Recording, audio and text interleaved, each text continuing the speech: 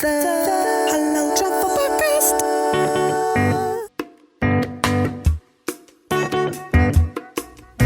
Assalamualaikum and welcome to another episode of the Halal Travel Podcast, Season 3. So, it's been more than a year since the pandemic struck the world and we all had to learn how to adjust to the new normal. You go out wearing masks, you can't travel, and now we're all working from home. But this time around, we have to, as much as we all yearn to make the world come back to where it was previously, we always have to remember that there are people who are less fortunate than us, and actually their lives now is worse off than they were before COVID.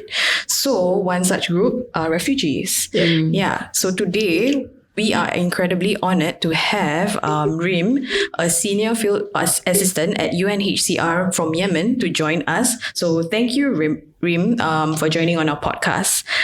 Okay, so UNHCR, for those of you who don't know, is the United Nations High Commissioner for Refugees. It's the UN agency dedicated to saving lives, protecting rights, and building a better future for refugees, forcibly displaced communities, and stateless people. So, Reem, how about you introduce yourself and tell us more about yourself, like what it's like to be a field worker for UNHCR, how does your day-to-day activities look like, and why you actually decided to become an aid worker. First of all, my name is Reem Alwajih. I'm a senior field assistant working with UNHCR since the year 2019.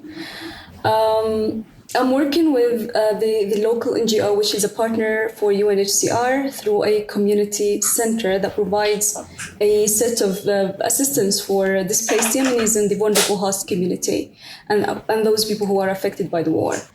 Well, I decided to be an aid worker because we have to make a difference in our community, right?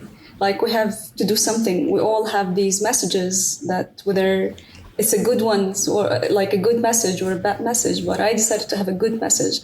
And I have seen this marvelous and incredible work in the field. And I've been touched by that. So I decided to be an aid worker. And where best to go is not with UNHCR.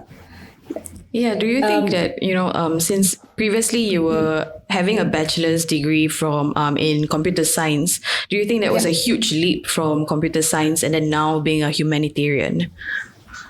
It is actually, because, from being working as, a computer programmer and then changing the major and becoming a humanitarian, this is like a source of satisfaction to me. It is actually, serving people, being able to make difference, saving lives is what gives me the utmost satisfaction in life. Yeah. So let me explain a bit about the field work that we're doing. For example, the assistance that we provide for people here. For example, through the community center that we have that serves displaced people, we provide legal assistance for those who are in need for consultation and for legal assistance. We support women, especially single mothers and those who are affected by domestic violence, and which we call gender-based violence.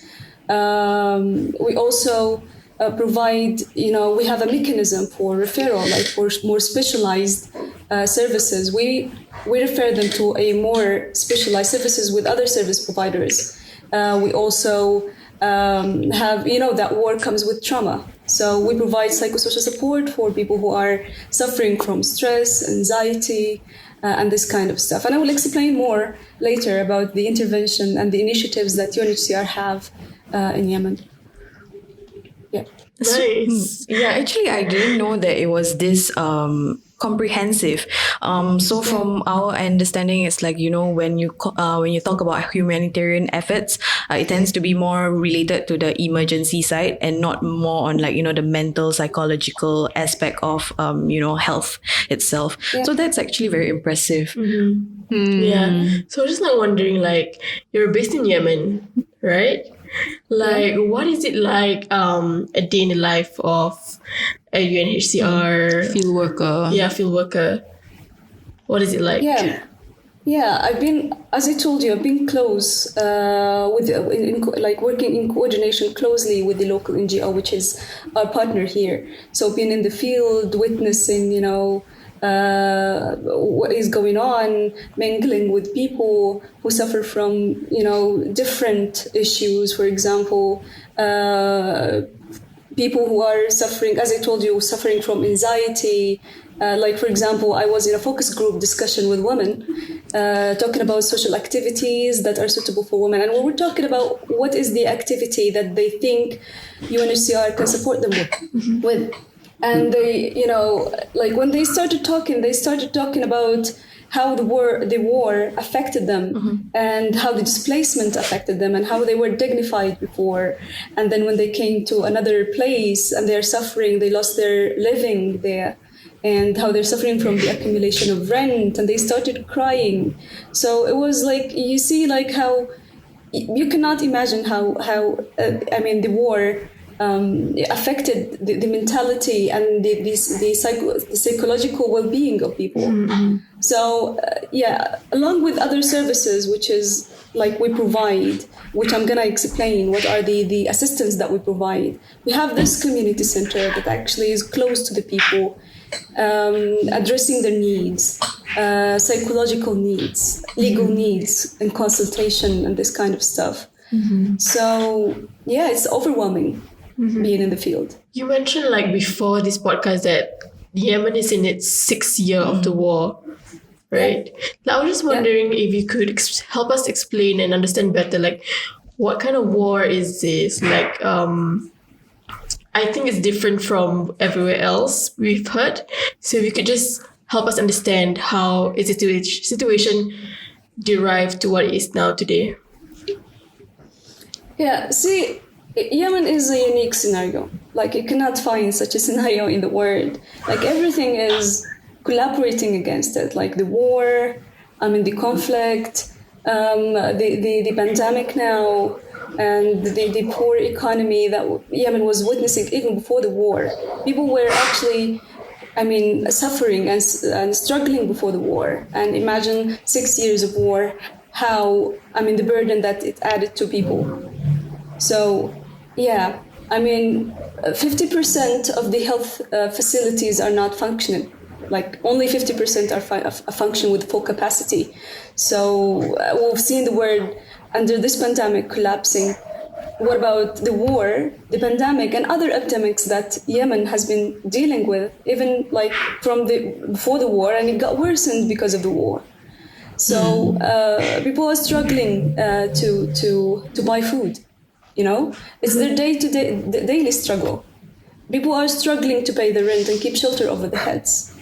And we've been, witnessing a lot of, eviction problems or threatening to be evicted. Like people are in makeshift camps.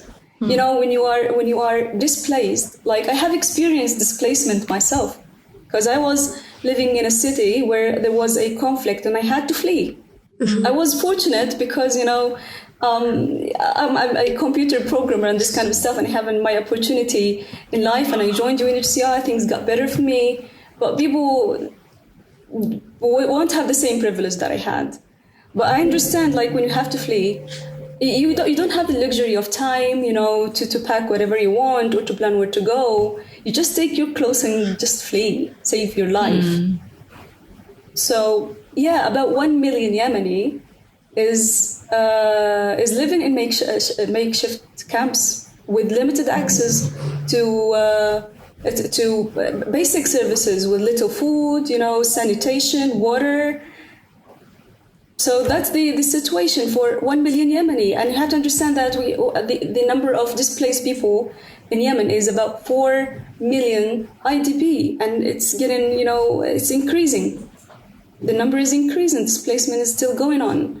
Like if we're going to count it this way, we are 30 million. Okay, so 1 in 8 Yemeni is displaced. I see. So, how did, just like wondering, how did it feel? I think we're very privileged to be in a country where we do not engage in wars, etc. But to hear that even you yourself have been displaced because of a war, I mean, in Singapore, we could only imagine running away from a house because of a natural disaster. You know, a war didn't actually come into our mind when we think about being displaced. So being displaced in your context is because of a war. How did it feel when you had to run away or flee the country or the city? It's not a really good feeling, you know. It's an ugly one. Like I remember the first time I fled my home.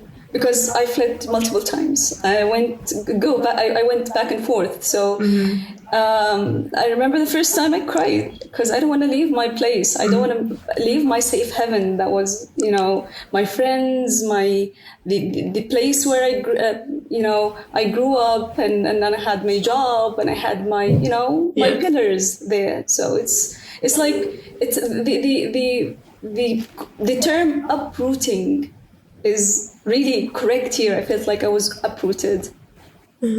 Yeah. So, people, you know, get displaced in Yemen for multiple reasons. It's not just the conflict, because we also witness natural disasters, and we met people in the field who lost everything, like their house, the furniture, their money, their documents. That's why we have the legal assistance. Yeah. Because people lose their documents and they need to get new documents and this kind of. So we facilitate this. So they lost everything and they had to flee because we witness heavy rain seasons and flooding. So people have to flee because of the natural disasters and the conflict. And right now, pandemic. The pandemic. So like, and the pandemic you touched about the pandemic. So how is the COVID situation there? Like, are there a lot of deaths in Yemen, or, you know, how is it? Yeah. I talked previously, and I said that 50% of the health center facilities, the health centers or the facilities are not functioning. So imagine with 50%, and people cannot afford to put food on their table. Yeah. How would they afford treatment? You know that Yemen is dealing with epidemics before even the pandemic now. Yeah. We've been dealing with different diseases like cholera, chikungunya, if you heard about this before, dengue fever, malaria, chickenpox, and the list goes on and on. And even diseases that we don't have names for. So people just surrender to their fate. If they cannot, you know, with the low testing capacity, and with people cannot afford the fees simply. So how would they do? What would they do? They just surrender. I mean, people die from even curable diseases. What about, you know, COVID-19? So, yeah, people just surrender to their fate. I personally know people that died. I mean, I know people that died because they couldn't afford it. And is the reason, like, what was the reason that you chose to be a field worker with UNHCR? Is it because you were in their shoes once and you kind of understand the position that they're in and you want to help them? Or what was the main reason that motivated you to be where you are? Yeah, it's like the feeling that you can do something.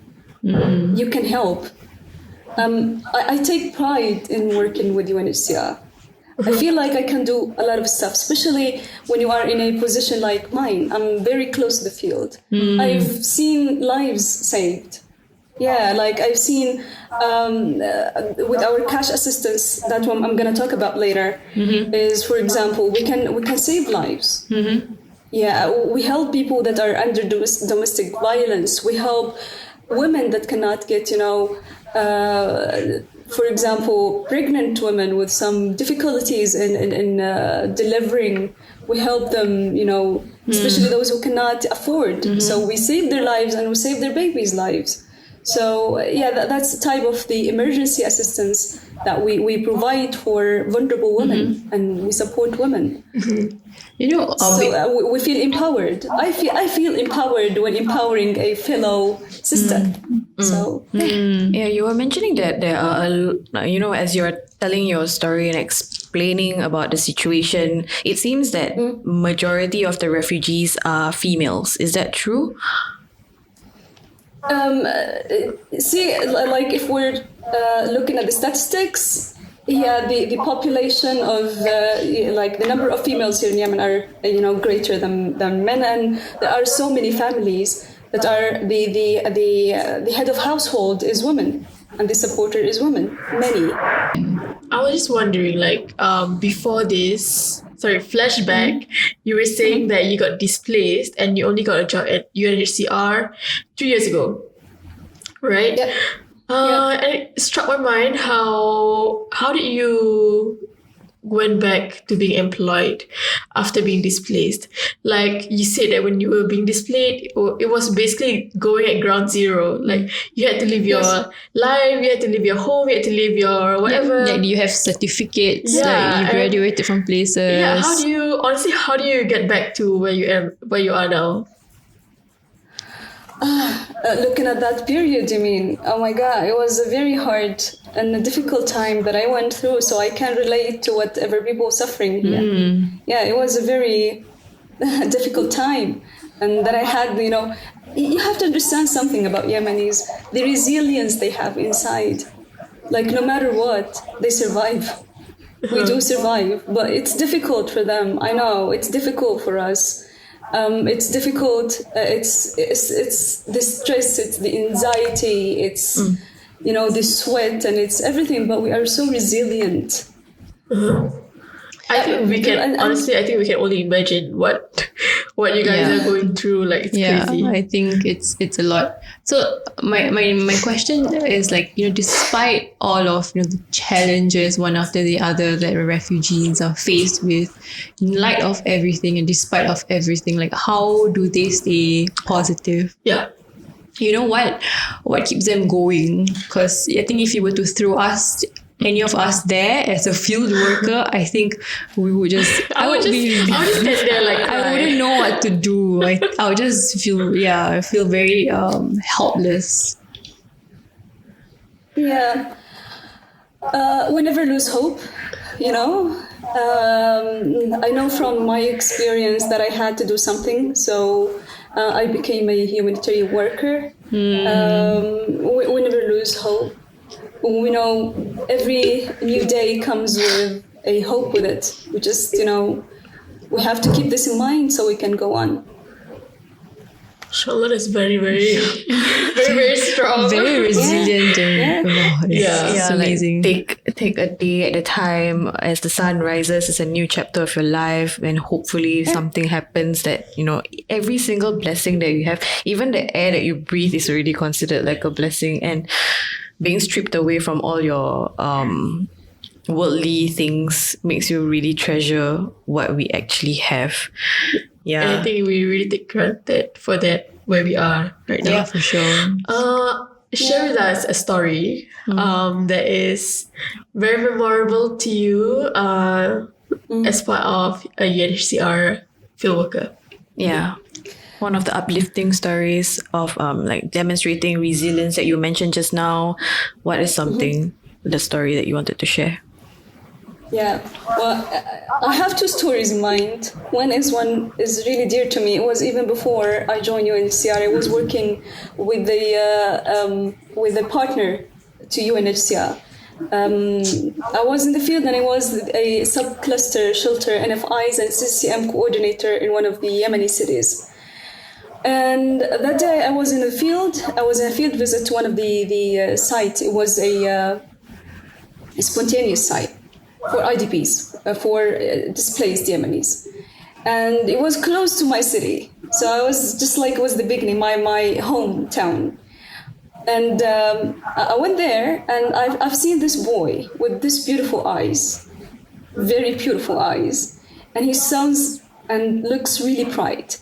And then I talked to his mom about, he was doing something, he was playing with some, objects in his hand. And he says like, he likes to invent things. He's an inventor. Like he invented a vacuum cleaner. It was like a toy, but he's imagining that. He's inventing the a vacuum cleaner, a plane, and he says like he wants to be he wants to be a pilot in the future, so he stops the war in Yemen. And then I started crying. And then his mother and other, the people that was with me were comforting me. I mean, like, see the potentials of those bright children who have no privilege, or like education and schools is a luxury for them. And he's that smart. See how, the wasted potentials made me cry. And how they feel, the way I felt, because I related to my situation when I was an IDP. Of course, I was fortunate. I really value everything that I have. Yeah. I know I was way, way fortunate than they are, but looking at them and see how the war affected them, and I was fortunate. What about them? They were in in a building that is unfinished. It was like a structure, just a structure, suffering from the wind. There are some lactating women suffering, some pregnant women also suffering and cannot get, access to health services. So, the lack of everything, I can say. And that, with some, pride, children and wasted potentials, that made me cry. Yeah.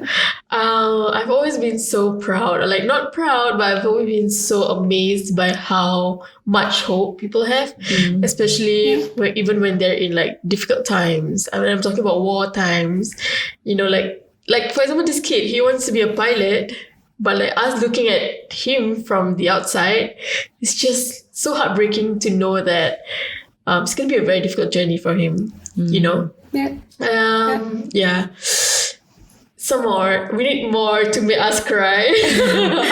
No lah. But we all know about certain stories about the situation that they are in right now in the temporary shelters and all that. What is the next step for this displaced people? Like after, is there like any particular story that they get reintegrated into society? For some of them, yes. But the majority, whenever you ask them about their intentions in the future, like they always think about, when are we going to come back to our homes? But some of them, they feel like it's been 6 years of displacement, so they start to, feeling a part of the community that they are in. And they have different plans, like, for example, settling. But a lot of people just feel like they're still uprooted. They still, long to their old homes and hometowns. Yeah. So just wondering, so for UNHCR, part of your help is to provide psychological needs, requirements. Do you guys give out food every single day? I'm thinking, you mean to help the refugees. Like, what do you guys do on a daily basis? I feel like I've asked this before in the earlier part of the interview, but I just want to know, how else did UNHCR help the refugees? In UNHCR, we take lead in 3 parts, like 3 humanitarian intervention. For example, the provision of non-food items, which is in-kind assistance, like blankets, mattresses, mats, kitchen sets and etc. Like these kind of kits we provide for IDPs, which is, I refer to internally, when I say IDPs, to internally displaced people, Yemeni displaced people. And that's one of the intervention that we have. The other intervention, as I said before, like we lead the protection cluster. We actually lead 3 clusters: the shelter NFI, the CCCM cluster, and the protection cluster.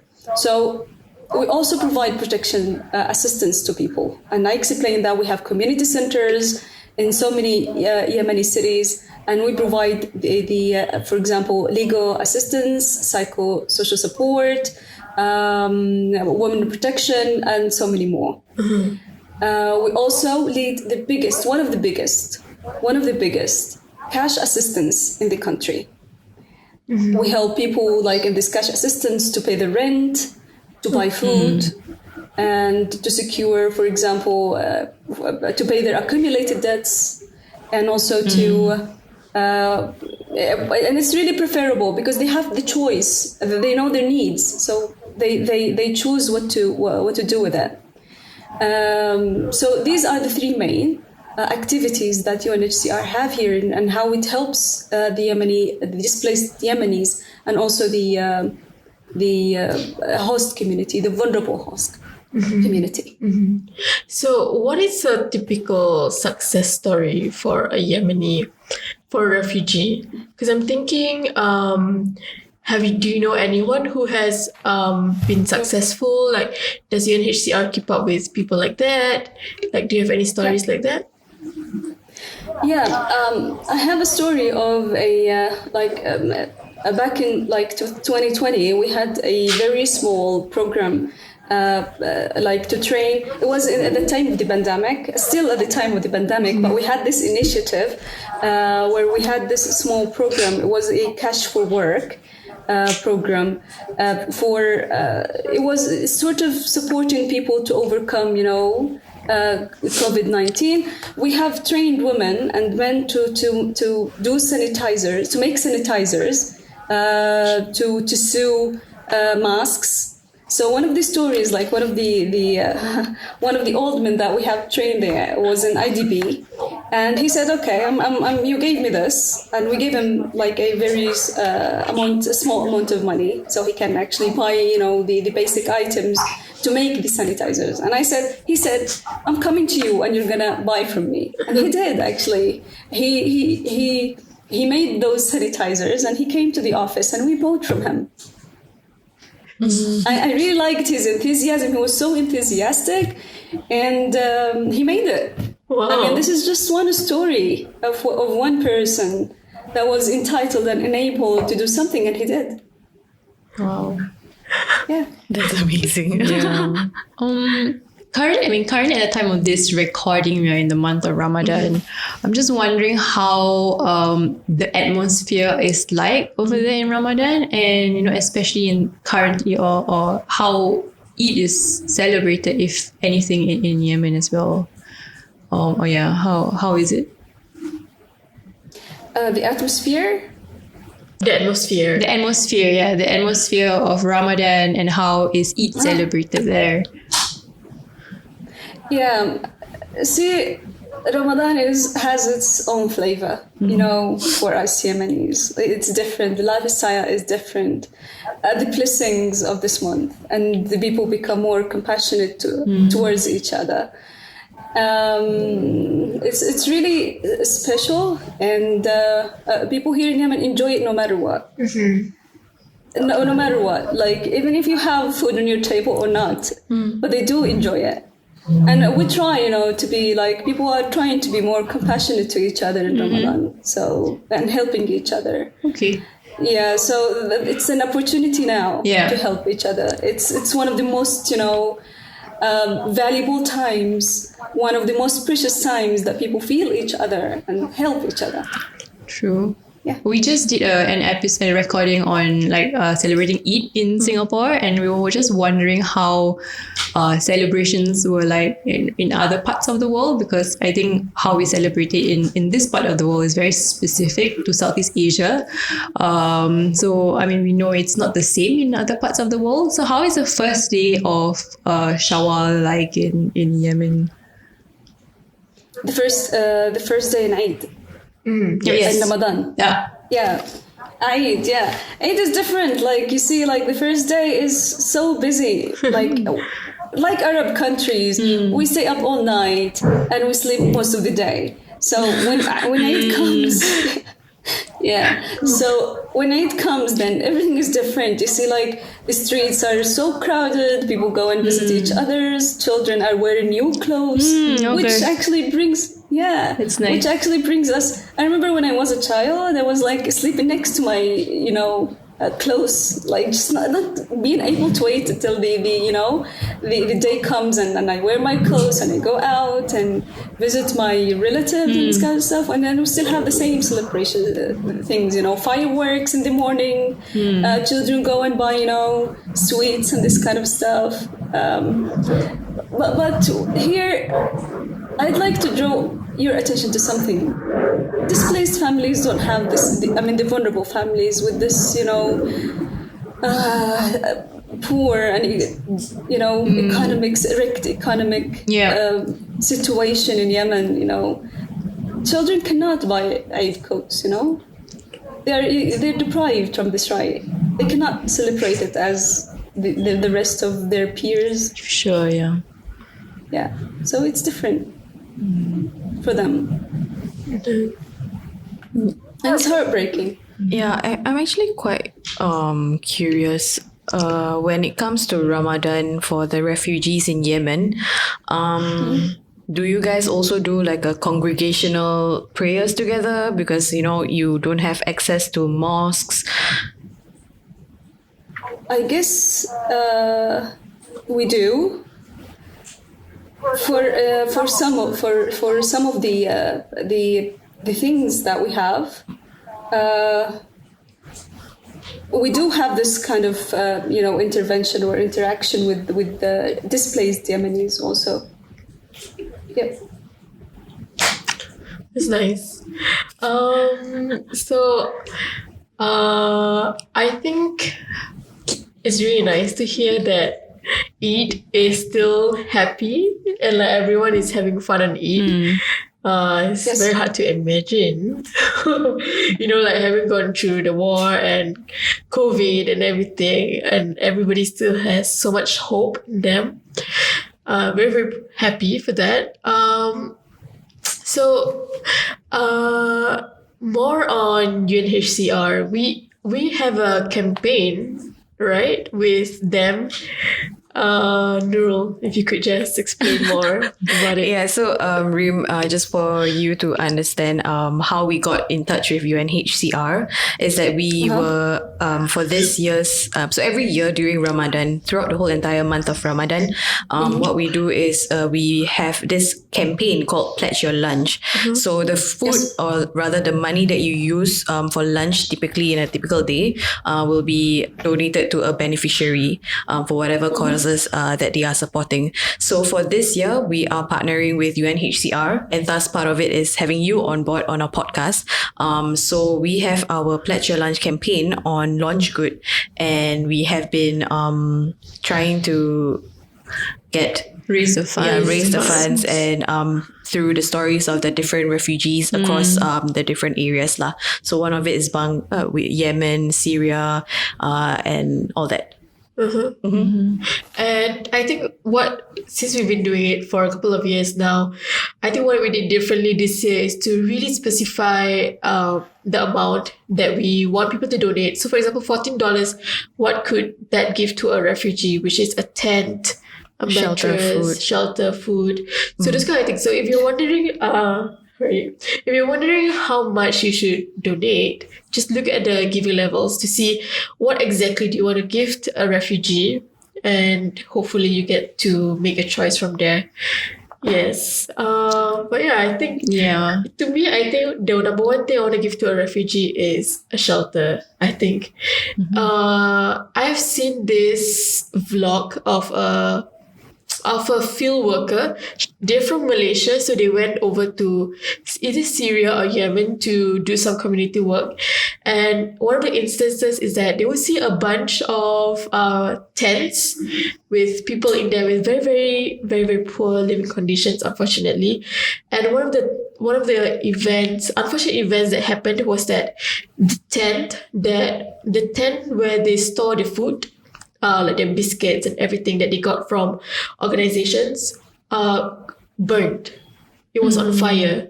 And they were all just like very, very in despair, thinking about the food that they had stored for the winter is now gone because of the fire. So this definitely, I think, gifting a tent is very important to a refugee, and especially food. Those two are the main things that you should I think we should give to a refugee. Basic necessities Yeah. for them to Yeah. at least, live. Yeah. Having a shelter over your head, is protection. Yeah. It is protection. Yeah, and living in this world, you think that when you get a house, clearly you have a shelter. But living in that world, your tent doesn't mean that you have a waterproof cover above your head, Yes. It's a lot of things to consider. Yep. A lot of things they have to find on their own, which we take privilege of. True. Yeah. Yeah, and we have so many scenarios like this in here. So when you were talking about it, it was in Syria, but it's like I can relate. I've seen so many, scenarios and cases like this in here. Yeah. So apart from, this sort of fundraising that we're trying to do to help UNHCR, how can, others who would like to help the refugee crisis in the many parts of the world do so? How can people Yeah. help? See, donating for UNHCR and donating for those people, with the ones who have this privilege, and to feel like, it's kind of, appreciating what you have is to help others. Yeah. It's like kind of sustainability to what you have is to help others. It's a concept here, like we have in Islam. Like if you want these, blessing to be sustained, is like to help others.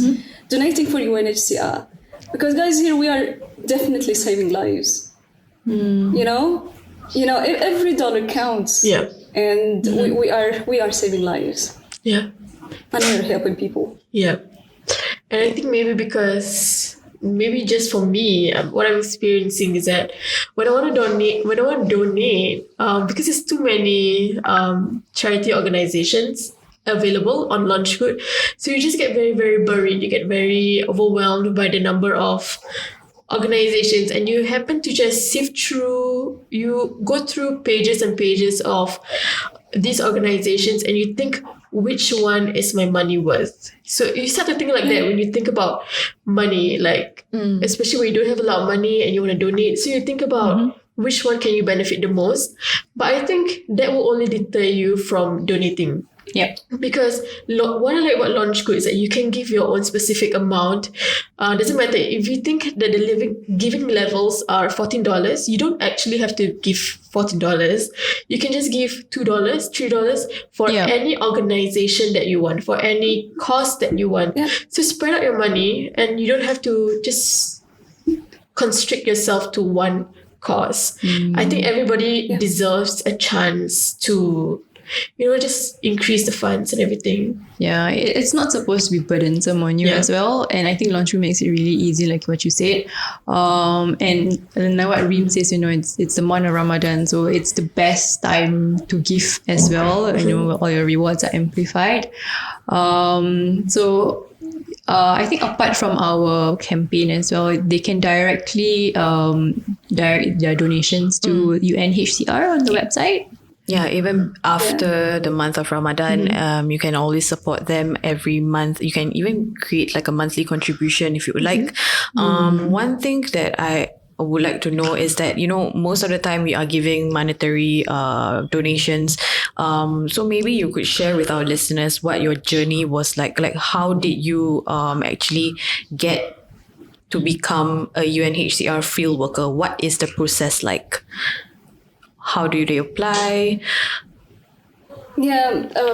For example, I told you at the beginning when it was a motivation for me. My experience in life is to join this, field of work.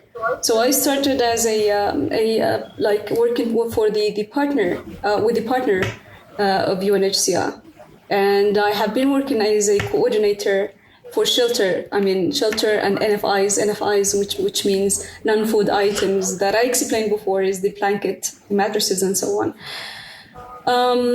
And it was a very interesting journey for me.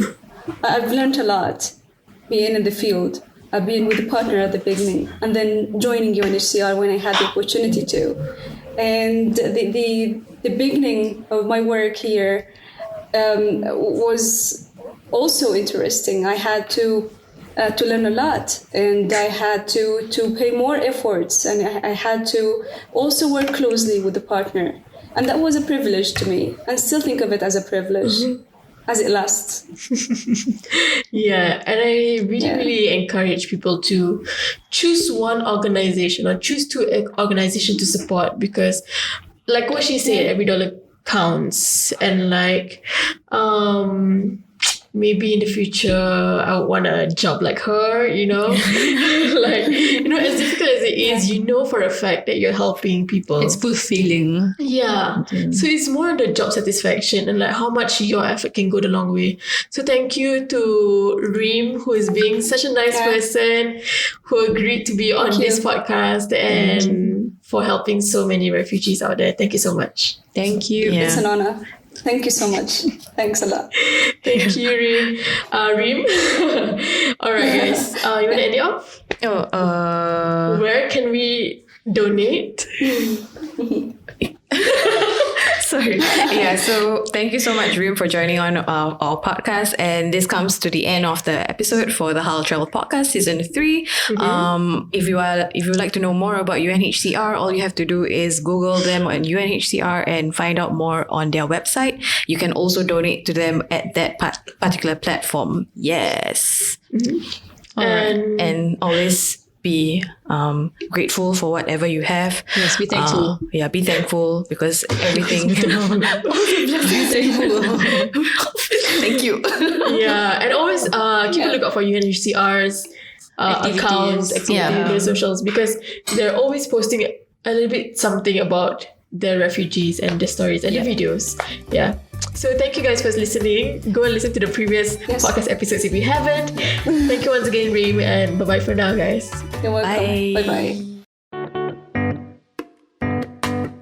If you're in Singapore, you'll know that food is our number one priority. Food in Singaporeans are practically inseparable. It's literally the best ingredient for any occasion, any stress you got going on. You know, food solves everything. Because, for example, if it's your birthday, let's go eat. You got a promotion, you deserve a treat, sayang. You feel like pulling your hair out, come on, I'll bring you for supper. Yeah, you get what I mean? It's literally perfect for everything. And of course, we want to tell you everything about it. Like places you didn't know were halal, or 12 new halal places you need to try this week, for example.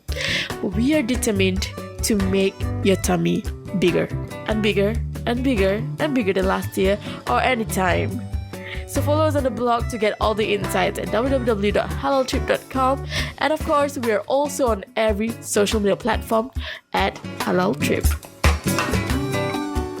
Alright guys, thanks for listening. So we'll see you on the next episode. Don't forget to give us a shout out on anchor.fm/The Halal Travel Podcast. Your voice message could be featured in our next episode. Yep, and if you have any advertising and collaboration opportunities, contact us at info@halaltrip.com. That's info@halaltrip.com. Also, don't forget to follow us on our Instagram, Facebook, and Twitter at Halal Trip. We're also now on Telegram and TikTok. Until next time, get inspired, go and inspire others.